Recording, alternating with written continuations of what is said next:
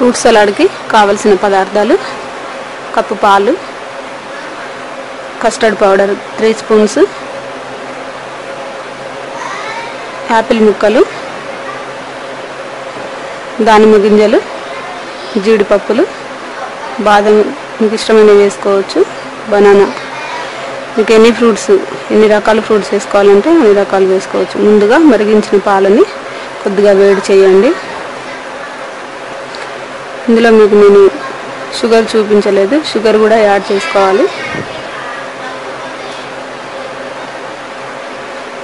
ముందుగా మనం పాలలో పొంగొచ్చేంత వరకు మరిగించుకోవాలి.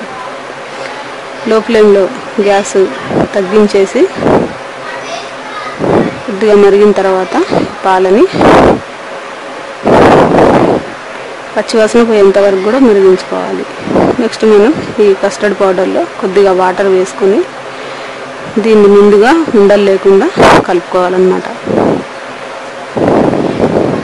ఈ కస్టర్డ్ పౌడర్లో వాటర్ వేసుకొని ఏమాత్రం కూడా ఉండలు కట్టకుండా మంచిగా కలుపుకోవాలి. చూసారు కదా, ముందుగా వాటర్లో కలిపితే మనకి పాలల్లో వేసినప్పుడు ఉండలు రాకుండా బాగా కలుస్తుంది అన్నమాట. ఈ పౌడరు, కస్టర్డ్ పౌడరు మనకి ఇష్టమైన ఫ్లేవర్లో తెచ్చుకోవచ్చు. దీంట్లో మనం తేనె ఇంకేదన్నా కావాలంటే వేసుకోవచ్చు. ఇప్పుడు ఈ పాలలో నేను ఈ కస్టర్డ్ పౌడర్ కూడా వేసి కలుపుతాను. ఇలా కలుపుకోవాలన్నమాట. ఉండలు చుట్టకుండా వెంబటే గరిటెతో కలుపుకుంటూ ఉండాలి. చూసారు కదా, ఇలా. లేకపోతే మనం కలపకుండా ఉన్నామంటే ఉండలుగా కట్టేస్తుంది. ఇలా క్రీమీలాగా. చూసారు కదా, ఈ మోతాదులో మనకి ఈ కస్టర్డ్ పౌడర్ అంతా కరగాలి. దీన్ని మనం ఇప్పుడు స్టవ్ ఆఫ్ చేసుకొని మనం ఒక బౌల్లోకి తీసి ఫ్రిడ్జ్లో పెట్టుకోవాలన్నమాట. ఇప్పుడు మనం ఈ కస్టర్డ్ మిల్క్ని అంతా కూడా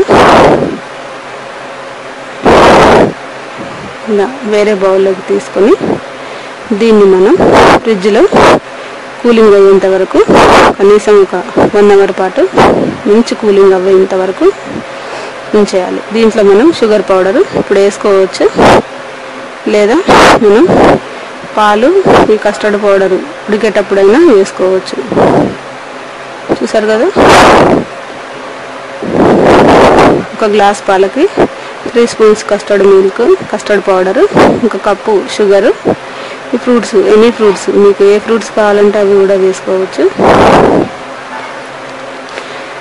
నెక్స్ట్ మనం దీంట్లో బనానా ముక్కలు కూడా వేసుకోవాలి.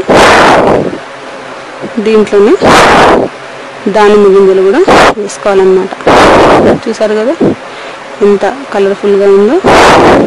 దీన్ని మనం కూల్ అయిన తర్వాత తింటే దీంట్లోనే చివరిగా మనం జీడిపప్పులు, బాదం కూడా వేసుకోవచ్చు, హనీ కూడా వేసుకోవచ్చు, కండెన్స్డ్ మిల్క్ కూడా యూజ్ చేయొచ్చు. మీకు ఇష్టమైన రీతిలో ఈ మోతాదులో మనం ఈ ఫ్రూట్ సలాడ్ని తయారు చేసుకోవచ్చు. ఎంతో రుచికరమైన ఈ ఫ్రూట్ సలాడ్ని మీరు కూడా ట్రై చేసి చూడగలరని ఆశిస్తాను.